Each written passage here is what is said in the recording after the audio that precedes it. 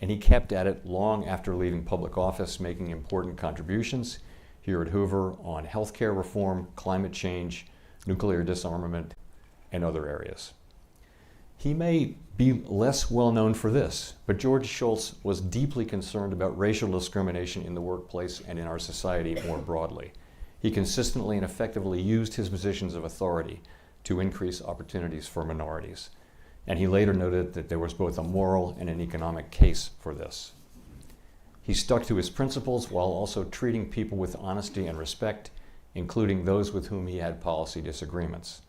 Labor leaders welcomed his appointment as Secretary of Labor, and as many of his contemporaries remarked, faced with divergent views and difficult issues, he was extraordinarily good at steering people toward agreement. A key part of that strategy was to let the parties reach the final agreement themselves. That way, they owned the agreement and were more likely to honor it. His friendships and collaborations were beyond number and knew no partisan bounds. He often said that trust is the coin of the realm and that good things were only possible where there was mutual trust. His integrity provided the basis for that trust. All of those who aspire to serve the public can learn from his example. Thank you. George Shultz's professional training, labor economics. Mr. Shultz earned his doctorate from MIT in 1949, taught at MIT for 9 years, then moved to the University of Chicago where he served for 11 years, 6 years as Dean of the Business School. Jay, labor economics, the importance of labor in the last century. Help us reconstruct that intellectual world. So it was such a different world. Private sector unionization today in the United States is under 6%. In those days, it was around 30%. And collective bargaining for the major manufacturing unions in steel and autos and things like that, that was front page news everywhere.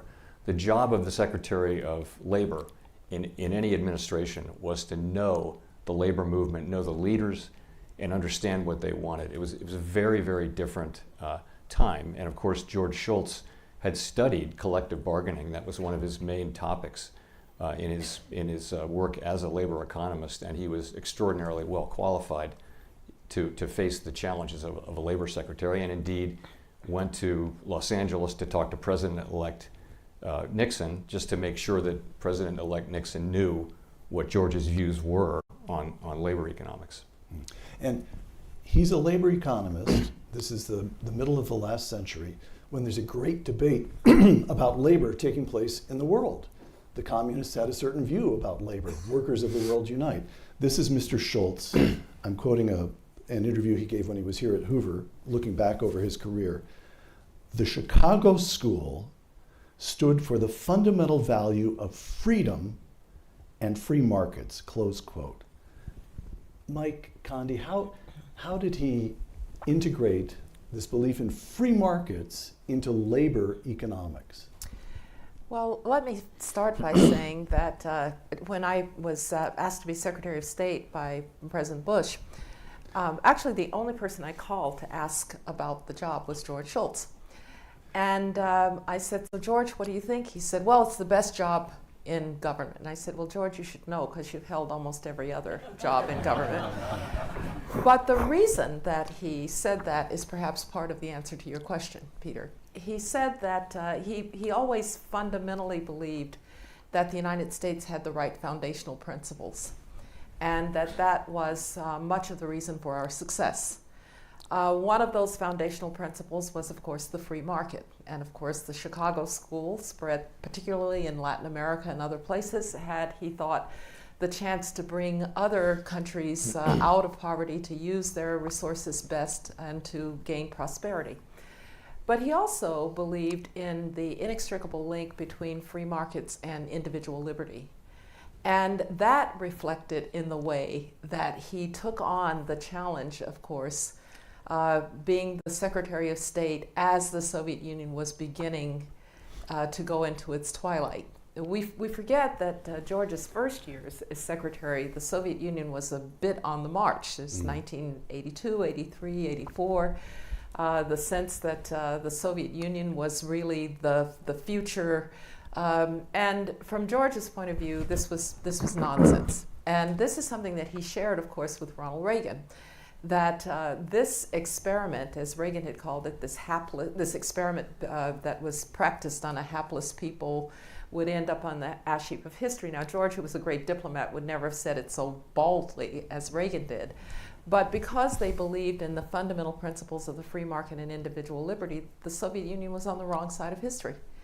And they were, together, perfectly willing to say that, perfectly willing to challenge the system. There's a story that Mike likes to tell of George meeting with Gorbachev and saying to Gorbachev, you know, that central planning thing that you've got going, maybe you'd better take off with planning because you all aren't doing it very well. And can you imagine Gorbachev at that point thinking, who is this guy and why is he telling me about my own economy?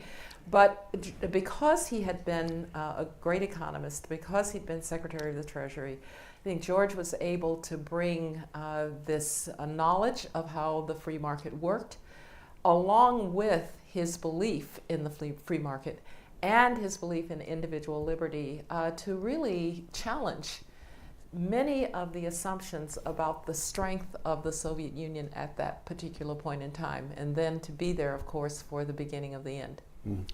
Mike, a question for you on the longshoremen strike. Let me set it up. The Nixon years, just after George becomes Secretary of Labor under President Nixon in January '69, he finds himself confronted with the longshoremen strike. He's under intense pressure for the government to intervene, but he insists on keeping the federal government out of it, forcing the longshoremen and management to the bargaining table on their own.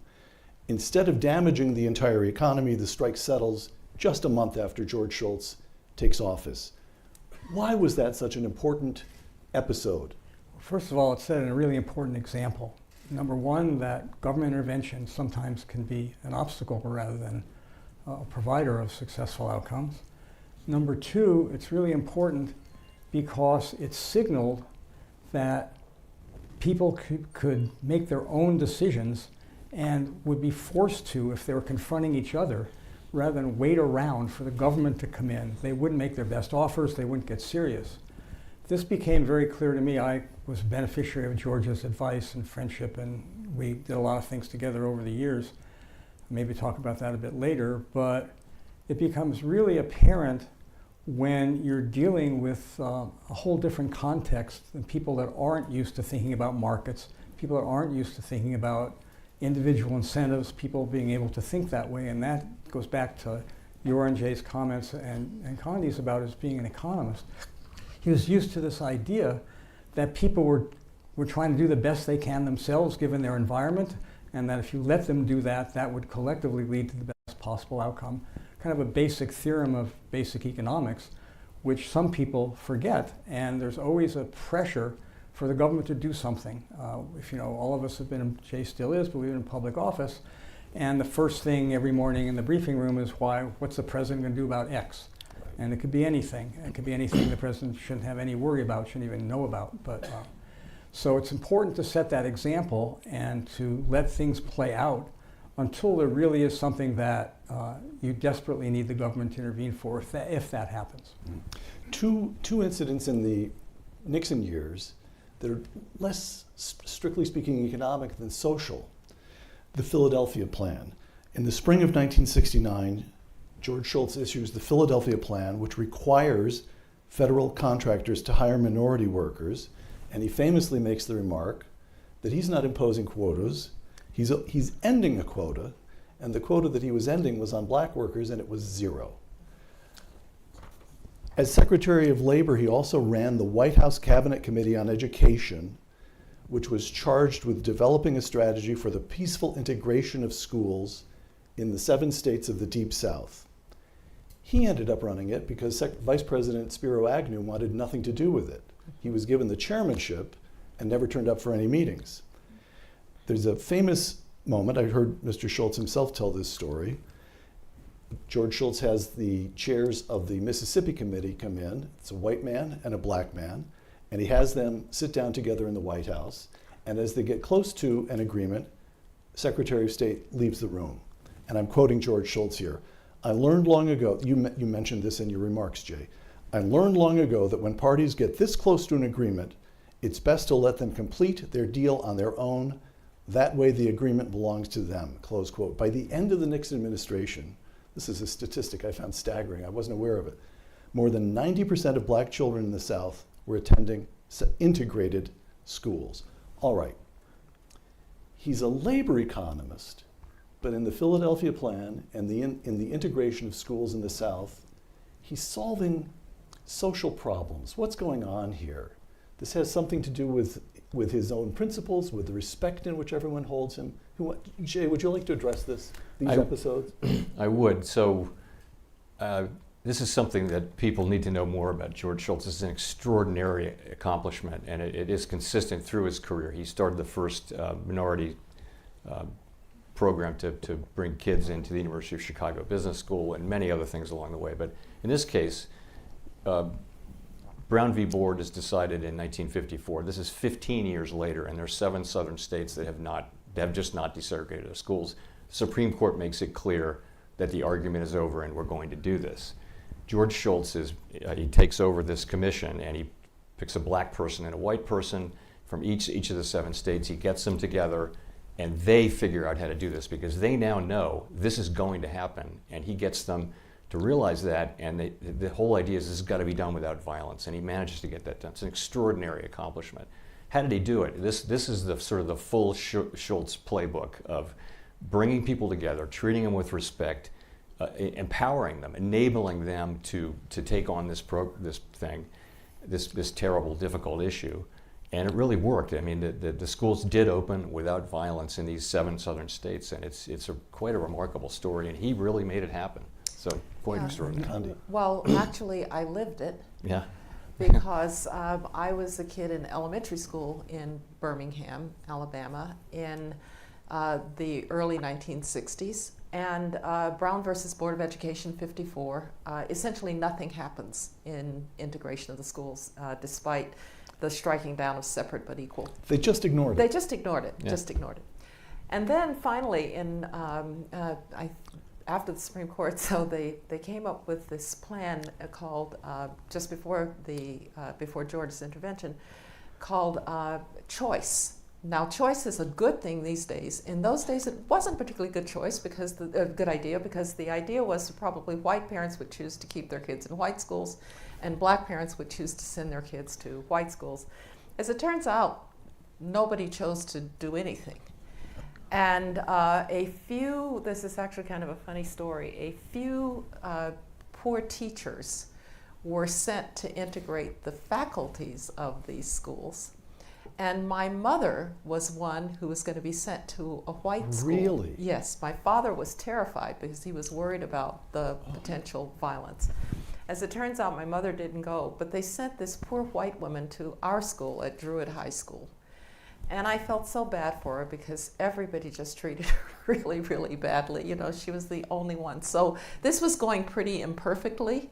And I think one reason that I told this story to George, and I think one reason it was important to get people together and then get a plan for how to do this, which is what the Philadelphia plan really was because it was going nowhere, and to the degree that it was going anywhere, it wasn't going in a very good direction. And so George and I would kind of laugh about my own personal experience in what was going on in the South before the Philadelphia plan. You know, it's worth mentioning that affirmative action has gotten a bad name of late, and California voters have rejected it twice, and perhaps it went overboard a bit.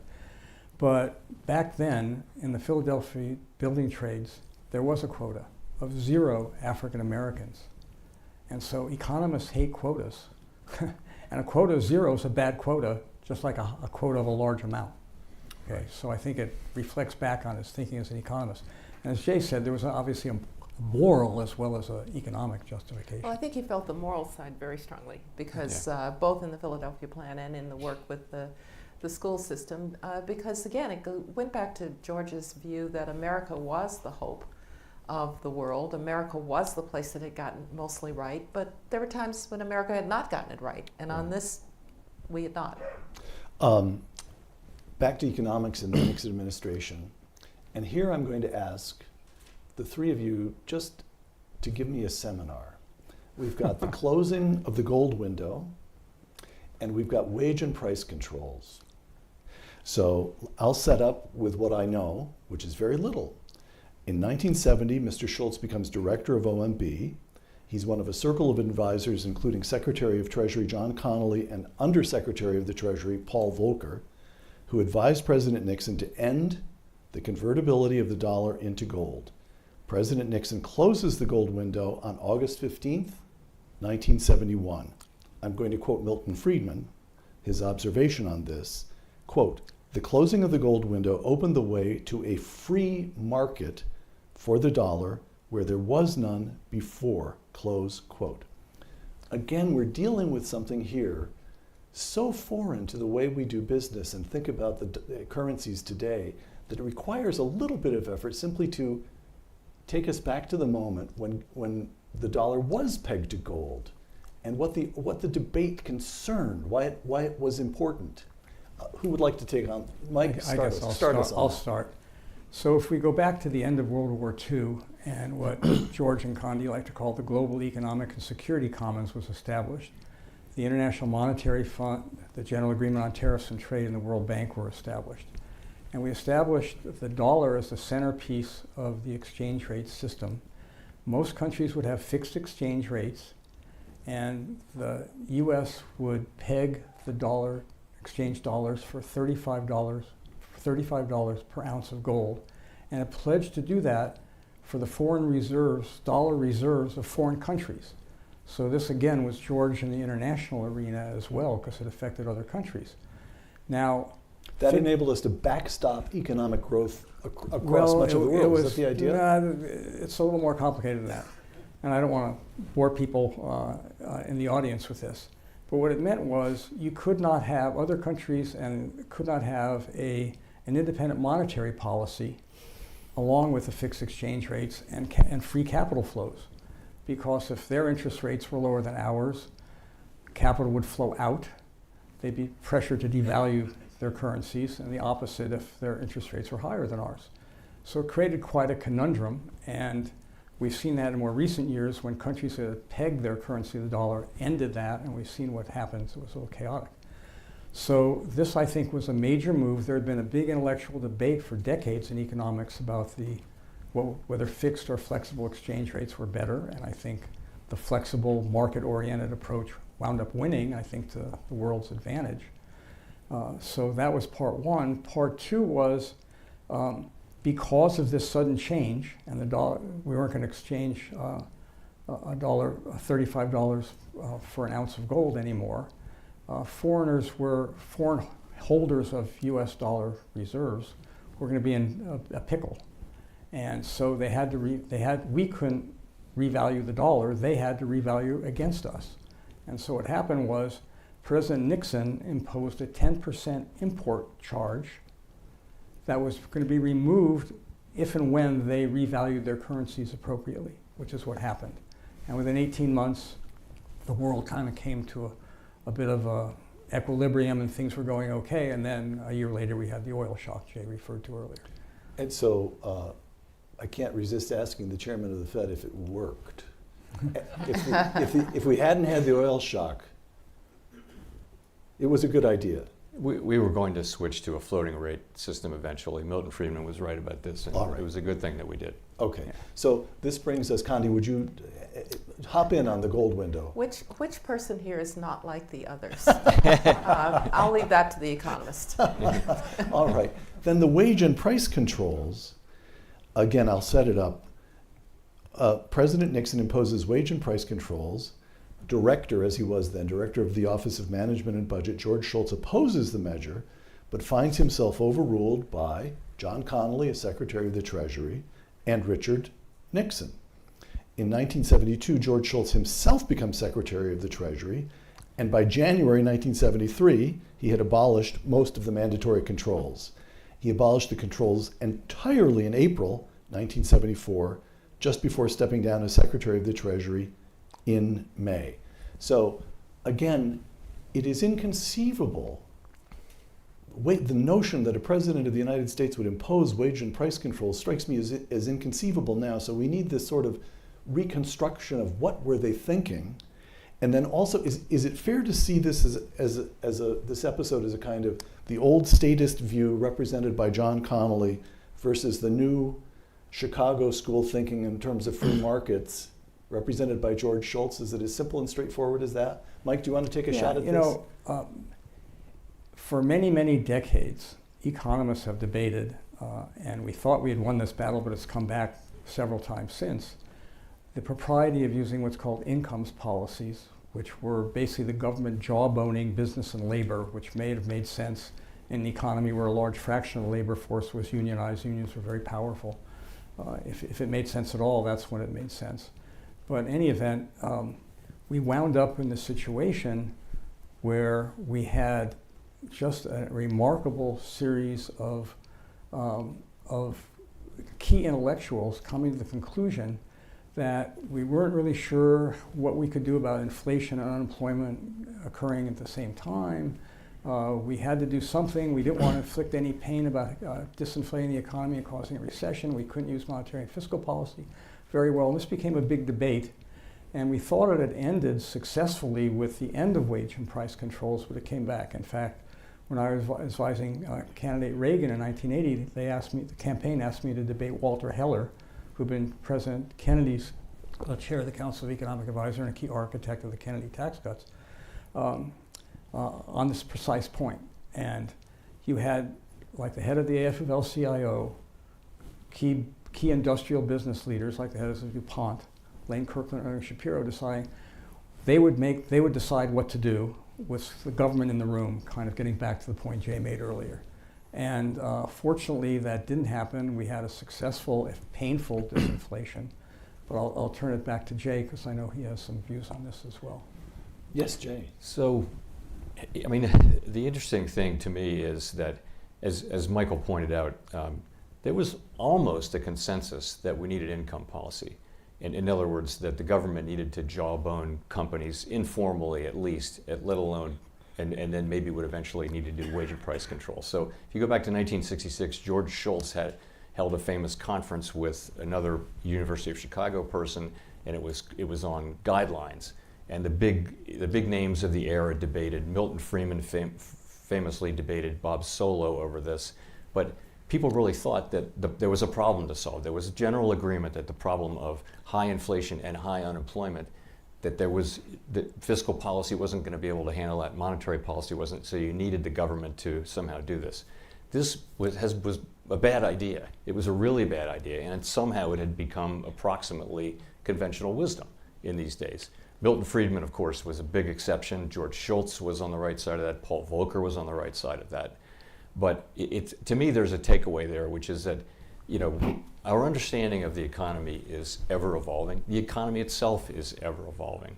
So I think those of us who are doing economic policy have always got to remember that the structure of the economy is always changing, and that our understanding of it is always highly uncertain. So certain things that are sometimes accepted as conventional wisdom, people will look back in 50 years and think, like we're doing with wage price controls, they're going to say, what were they thinking at the time? Well, that's what they were thinking. They were thinking it was really the beginnings of stagflation, high unemployment and high inflation. What do we do?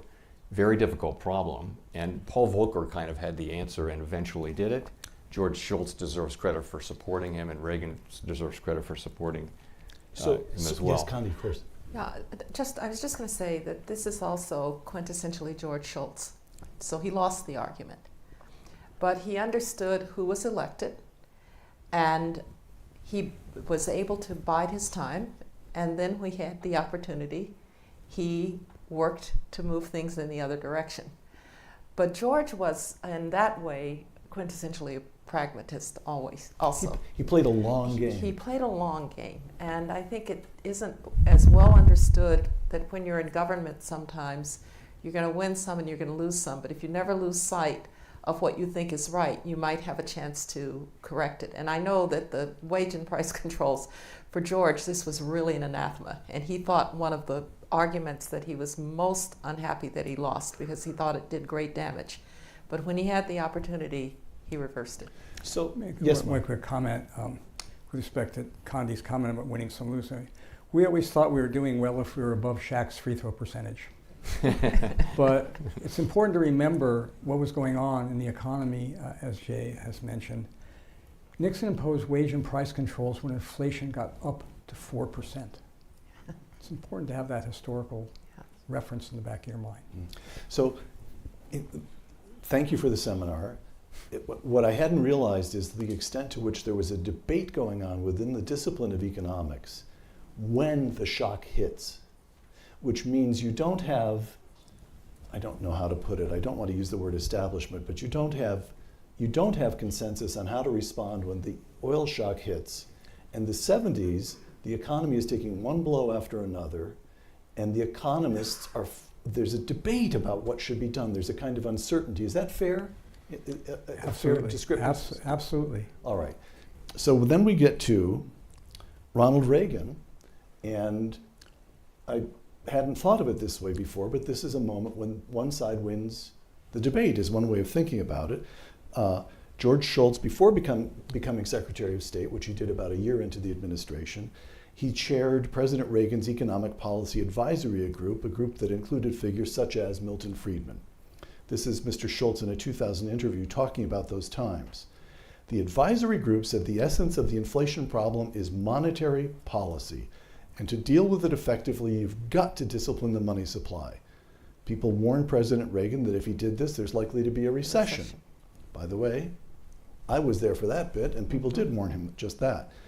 Back to George Shultz, but he did the right thing, and we did have a recession, but inflation dropped like a stone, and that has been one of the primary reasons why our economy has been as strong as it has been, close quote. So from Richard Nixon's wage and price controls to the moment when Ronald Reagan backs Paul Volcker in disciplining the dollar, represents an intellectual, it's not just it's an intellectual victory. Is that right? Am I understanding that correctly, well, Mike? in that 10-year period, we also had President Carter in 1979 go on national television, complain about high inflation and malaise, and said the Fed should lower interest rates to reduce inflation. So there's a lot of misunderstanding in the polity as well. But it's a remarkable transformation. In 1979, this goes back to Condi's discussion of George liked to garden, but he also did that in economic policy. Not only bided his time and changed things when he had the opportunity, but he prepared. And so in 1979, we had a dinner with candidate Reagan, and he invited myself and Milton Friedman and a couple of other economists to kick the tires about supply-side economics and about inflation. And I was very much impressed because Reagan's knowledge and subtlety of understanding these things, the depth of understanding was quite a bit different from the caricature of his portrayal at the time. And so I think that George was preparing for this moment and letting Reagan talk to some people that he came to respect, that worked with him and for him, and developed an understanding. And Reagan also had very strong principles, and he understood how serious high inflation was. Keynes, in a remarkable book, 1919, saying what will happen from the Treaty of Versailles, hyperinflation, et cetera, from Germany, that will destroy the society, quoted Lenin's injunction that debauching the currency is the surest way to destroy capitalism. And so it's a very, very strong sense in Reagan that we have to have, at the time, inflation's double digits. And had been rising at the same point of every business cycle since the 1960s. If you measure the trough, the midpoint, or the peak, it's going up and up and up. And it peaked at around 13%. And so there was a desperate need to disinflate the economy. It was painful, but it was the right thing to do. Condi, you remember those, well, you were still at Denver, weren't you? No, I'd just become a faculty member at Stanford and was trying to buy a house. And I do remember so you do remember inflation. I remember it very, very well. You remember interest rates. But I was going to make a point about George in this regard, because we all know that George Shultz was a very fine public servant, and it was mentioned he was also an academic, and he cared about these intellectual debates. He cared about winning the debate with ideas. It wasn't name calling. It wasn't, you're just evil. He actually liked to get ideas on the table and debate them. And he liked to debate them with people who disagreed. And when he had an opportunity with Reagan, he brought people together for Reagan to listen and to hear the ideas. And Mike mentioned this because you were there. I would see it later with George W. Bush. And that George would bring together these groups of people for these politicians, and he would count on the ability to convince and persuade through good ideas to really challenge people who wanted to be the elected officials who were going to carry out policy, to really understand what they were listening to. And I have to say the Hoover Institution played quite an important role in this, people like Milton Friedman and others, Mike Boskin. But it was George who would convene these people with people who were going to actually be in government, who were actually going to run for office. You know, we sometimes, as people in the academy or people who, like Mike and I or Jay, have served in government, people say, well, I like policy but not politics. Well, unfortunately, policy has to go through politics to actually become policy. And George understood that, and so he often spent a lot of time with the people who were actually making decisions, trying to convince them. And it's, with Ronald Reagan, he found somebody who had everything that needed to change many of our assumptions about the way the world worked. It wasn't just in Washington. The second time George dragooned me into doing something. The first time when his Treasury Secretary he called me, I'd never met him, and he got me involved, Marty Feldstein, as the advisors to a commission to talk about the benefits of philanthropy and the benefits of the tax deduction for raising lots of money for charities, probably more than the government was losing in revenue by allowing the deduction. Then a few years later, it was to go up to Sacramento to talk to then Governor Brown in his first of his two two-term stints as governor.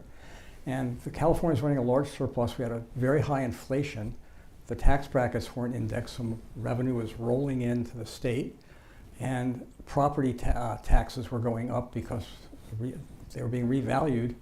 And the governor wanted to convince us to back him running a bigger and bigger surplus, and which I think he wanted to do to later on have an even larger tax cut and run for president. But in any event, so we went up there, and a cute anecdote is at the time he was dating Linda Ronstadt.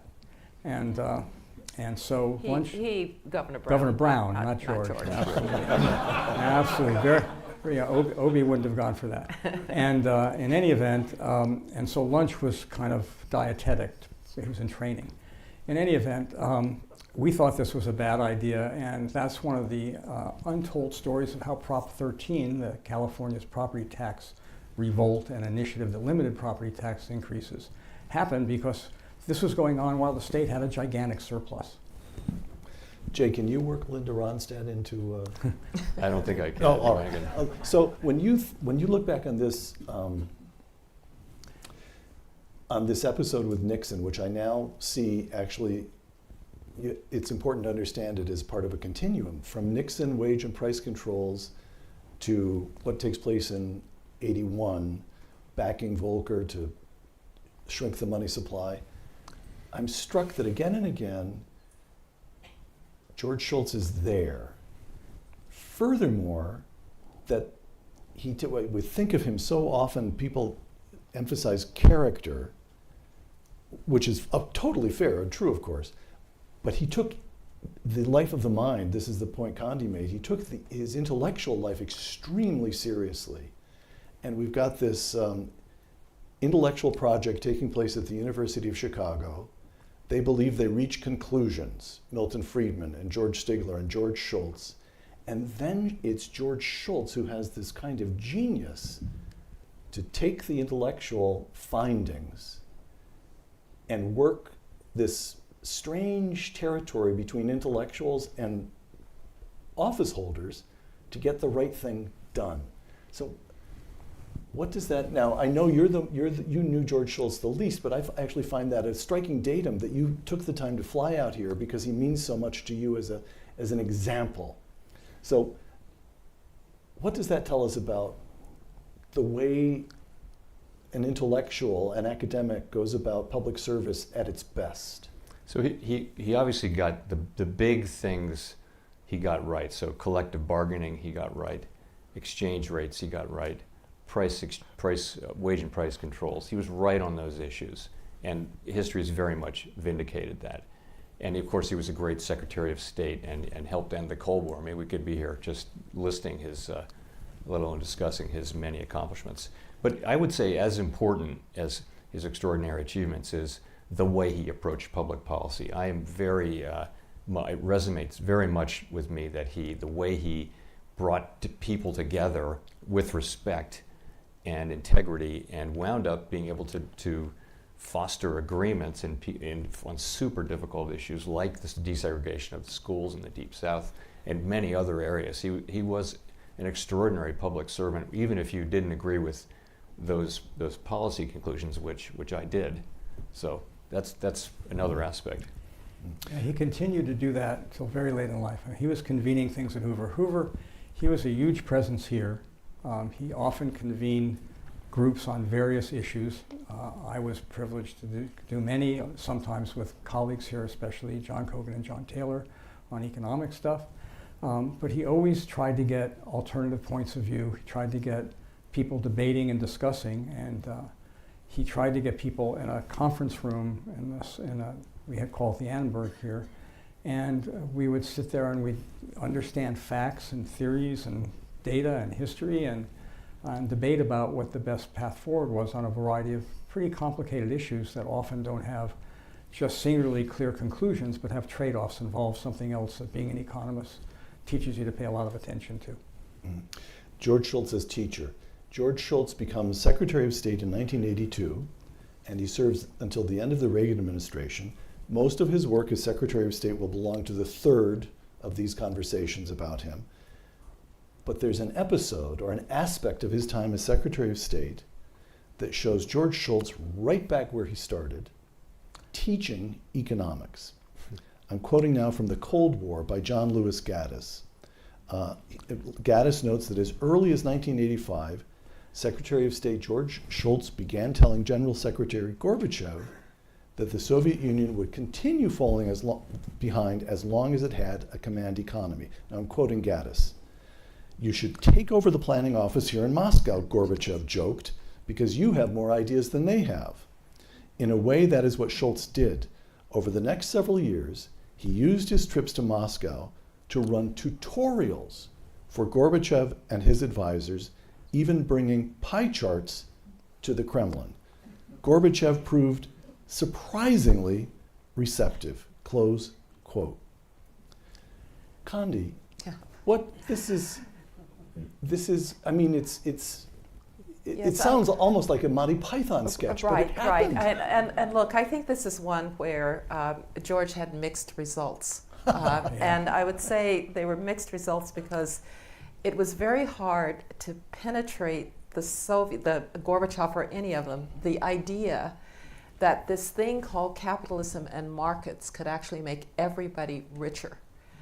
And I remember Gorbachev saying at one point, actually to George H.W. Bush, he was trying to explain how in capitalism somebody will found a company. And yes, they'll get rich from that, but there'll be all these jobs and the economy will grow and so forth and so on. And at one point, George H.W. Bush turned to me and said, "Are they translating this?" And I said, "Mr. President, I'm afraid this just doesn't translate." All right. So, but George was indefatigable. He would go and he would take his pie charts and he would explain why central planning didn't work. And maybe underneath it eventually had an effect, because one of the things that Gorbachev tried to do, and George was very proud of this, was he actually tried to have these little private enterprise shoots.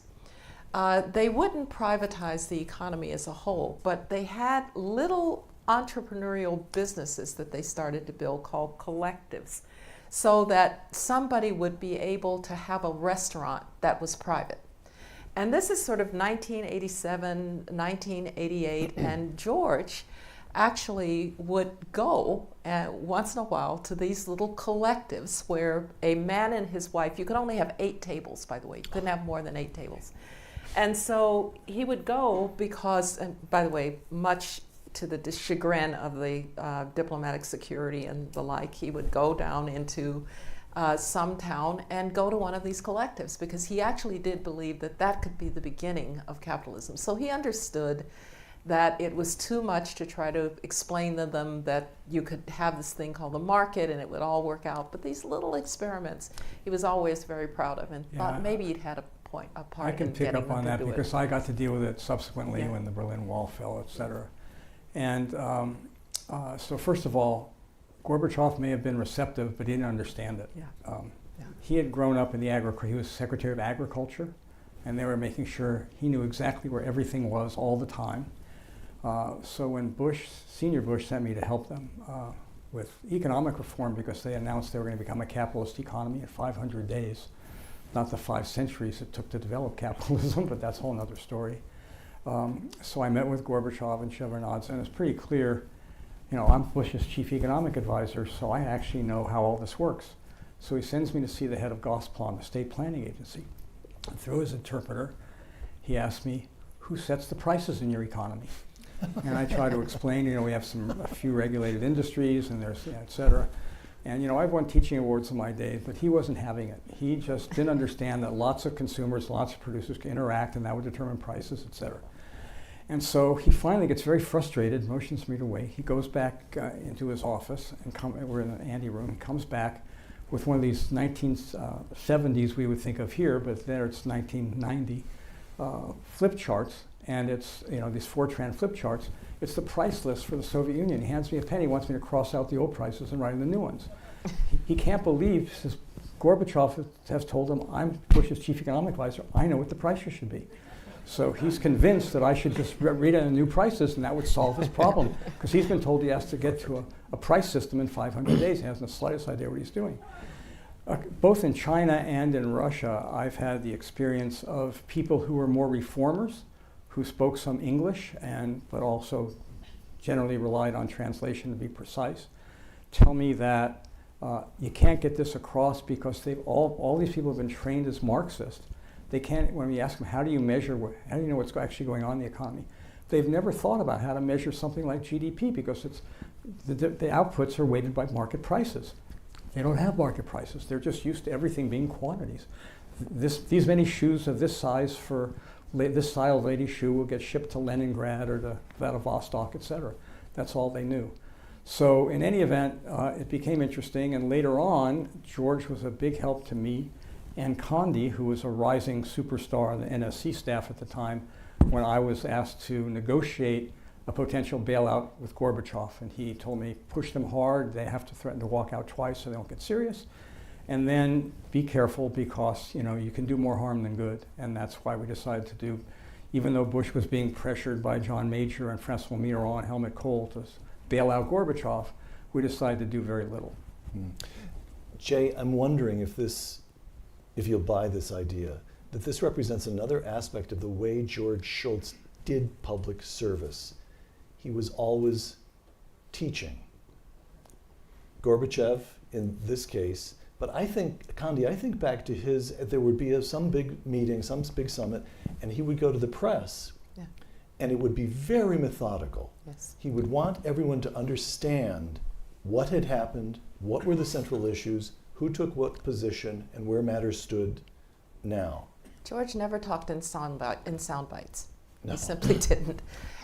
There was always depth to it. I think sometimes it was a little frustrating for the press because they wanted him to talk in sound bites. Having been in that job, I know they'd like you to talk in sound bites, but he was determined that people were going to have a real understanding of it. Jay is not known for sound bites either. I No. Yeah, no, I would say also George, in a sense, was AI before AI. Because having been in boardrooms and academic seminars, he always would listen carefully, and he would summarize things in a way that really got to the essence of the issue, and what the issues were, and what the path forward, or the potential paths forward were. And it was quite an amazing thing. You'd sit in the boardroom and people would be arguing about this, that, and the other thing. He'd just sit there quietly, and at the end he'd give a succinct, maybe not always so succinct summary, and wrap things up. Jay. So I think I didn't know him anything like both of these folks knew him, but it seems to me people who met him and worked with him trusted him, and it was based on his integrity and his knowledge and his work product and just the way he dealt with people. So he holds 3 cabinet in ascending importance: Labor, OMB, and then Treasury, in 3 years, really. So That's right. he's getting promoted really quickly and being given the job of desegregating the schools, which wasn't obviously connected to any of those jobs. Then, as Secretary of State, Gorbachev and Shevardnadze just take tremendous liking to him, and they want to work with him. And some of the people who study this stuff give him a lot of credit for. He didn't compromise on his principles, but they trusted him, and they felt that this was someone they could work with, and that President Reagan was really aligned with. Critically, Reagan was aligned with these goals, so he was just very effective in that way. And I think it was liking him, trusting him, having strong principles he didn't compromise, just made him very effective, remarkably effective across so many issues. Back at Stanford, after the Reagan administration, Mr. Schultz returns to Stanford. He composes his memoirs, Triumph and Turmoil. He convenes study groups. He continues coming into his Hoover office well into his, I think he was still showing up in his 99th year, as I recall. Very late 90s. 2 or 3 days a week in his 99th, Yes. which is, by the way, is about as often as kids show up in the office these days, 2 or 3 days a week. And so I am just struck that the same things he was doing at the University of Chicago, in all of these, Secretary of Labor, Director of OMB, Secretary of the Treasury, Secretary of State, he continues to do here at the Hoover Institution: convene, talk. That says something about him, of course. Let me know what you think it says about him that he keeps at it so long, but it also says something about the Hoover Institution, that this remarkable man thought that it was worth making this institution the central activity of his life for the final decades of his time on this planet. Condi? Well, we called him the Great Convener because George would he would decide that there was a subject that was of importance, and we ought to get the smartest people in the room to talk about it. And it was that simple. And then he would call them up, and of course they would all show up. And everything from, and it was not just economics. Mike mentioned he had a very deep interest in California and in trying to make this state better. And you might know that Charlotte, the great Charlotte, was chief of protocol to several mayors and governors of the state. And so he was very involved in California and in California policy, not so much politics, but policy. George took a tremendous interest in energy policy, and together with Tom Stevenson convened a task force on energy, in which they were concerned not just about energy, but about the issues that related to a clean environment, the climate change, and so worked very hard on those issues. Obviously, anything to do with national security. Another area that people perhaps don't realize how important he thought it was, North America. He cared about North America because he believed it could be an economic engine. If you thought about the assets of Canada, the United States, and Mexico together, that this could be a tremendous economic engine. And so I always thought of George's life as an economist, his understanding of the economy, and the way that he engaged these incredibly important public policy issues as being inherently linked. And it goes back to that belief in markets, to that belief in free enterprise, to that belief in individual liberty, and they would all show up in these convenings that George would do. But his reach across so many public policy issues, very often starting from the economic side and branching out, is really quite extraordinary. I think it made him a far better Secretary of State because he really understood what a lot of these countries were trying to do in providing for their people. Yeah, and it made Hoover and George a perfect complement to each other because of the wide breadth of interests of the Hoover scholars. We have experts in economics and national security and foreign affairs and education and political science. You go on through energy, et cetera. So we have area studies of particular interest. And George was really, in a sense, interested in everything, or as much as he could, with his immense capacity, accommodate. A couple last questions for all three of you. If possible, we'll go right down. I'm struck that by this notion that he participates, he's right in the middle of a great debate that takes place for a couple of decades in this country. And by the 1980s, when we get economic revival and a victory in the Cold War, it feels as though we've gotten someplace. It feels as though one side of the debate has won, which brings us to today. The former Soviet Union, now Russia, still has not embraced free markets. China has embraced markets, but has not embraced democracy. The economy that we inhabit, which AI, every person I know who even people who are making money on AI already are nervous about what it's going to do to the labor force, restructuring jobs. We've got new forms of currency. This is this is always a question that you really can't get. It's not a rigorous question, but at the same time, it gets at something. What would George Shultz tell us today? What are the permanent lessons that we should grasp as we face this changed world in which we live?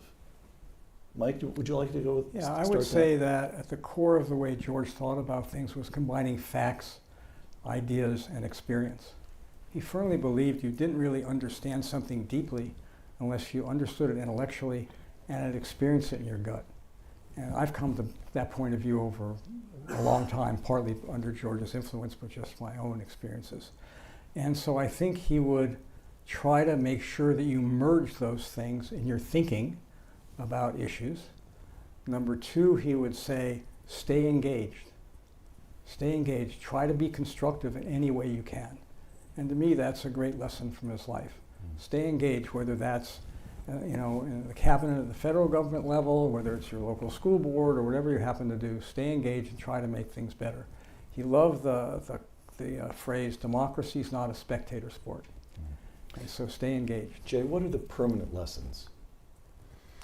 I agree with all of that. I mean, history doesn't end, so we're into a whole different set of challenges looking forward, and we need to remain engaged. To Michael's point, with our main allies and rivals, and we just need to keep working on all the things that we confront now, which are some to some extent, some of the issues are settled. Like the issue of price controls is no longer, we understand now that the central bank is responsible for price stability. So that issue is settled. It doesn't mean it's easy to do, but the issue is settled. So this is new issues. So easy. You make it look so easy, Jay. Yeah. That's the trick. Yeah. No, but so things like nuclear disarmament, we were probably closer to that 20 years ago than we are now. So these issues don't go away and new issues arise, and I call for very much, I think the way George Shultz approached public policy and engagement are exactly what we need now. Yeah. Condi? I think George would be excited by this moment, understanding that it was a challenging moment, but he always saw opportunity. Ultimately he was an optimist. He believed things could be solved if you kept at the core the principles on which the United States was founded. There's a story that when George would swear in as Secretary of State ambassadors, he would go to a big globe. And he would say to the about-to-be ambassador, show me your country. And that person would point to Brazil or to Paraguay or to Kenya. And George would say, no, this is your country. And he would point to the United States of America. Because the one lesson that I think he would want us all to remember is that since the war, and remember, George was a young Marine in that war. He was part of the greatest generation that fought and won first the war against Nazism and later on the war against communism. George would want, I think, us to remember that central to essentially 8+ decades of relative peace and relative prosperity, if we think about what had come before, the United States was central to that. The United States was central to it because it was founded on the right principles. It worked through its problems like segregation. It worked through issues and came to the right answers on how to stimulate the private sector. without wage and price controls, and he just had an unfailing belief in this country. And so I think he would say, garden with your allies, they're important, but never think that anything good is going to happen if the United States of America withdraws. Last question. I see some Stanford students here. They didn't know George. They were born after the Soviet Union became defunct. As a matter of fact, we might as well have been talking about the Grover Cleveland administration as far as they're concerned. So can you sum up just in give me one sentence that they need to understand about George Shultz? Mike? That you can serve with integrity in anything you do, whether it's in public life, in the business world, in a think tank, in academia. You can serve with integrity, try to do the best you can, and try to make sure that you take your God-given skills and make the most of them. You only have one shot at it. Jay? Yeah, I mean, I think the things that he accomplished were hugely beneficial to this country. We can all be grateful for that, and those of you who are students and looking ahead, I would hope people would look at him as an example and think, I'd like to do public service, I'd like to serve this great country, and make my own contribution. Yeah. Condi? I would say to my students, you want to participate in this democracy. You want to participate in the solution of its problems. It's an obligation, it's a privilege to do so. But George Shultz would have probably said, first know something about the problems you're trying to solve. Yeah, for sure. Michael Absolutely. Boskin, Condoleezza Rice, and Jay Powell, thank you. Thank you. Thank you.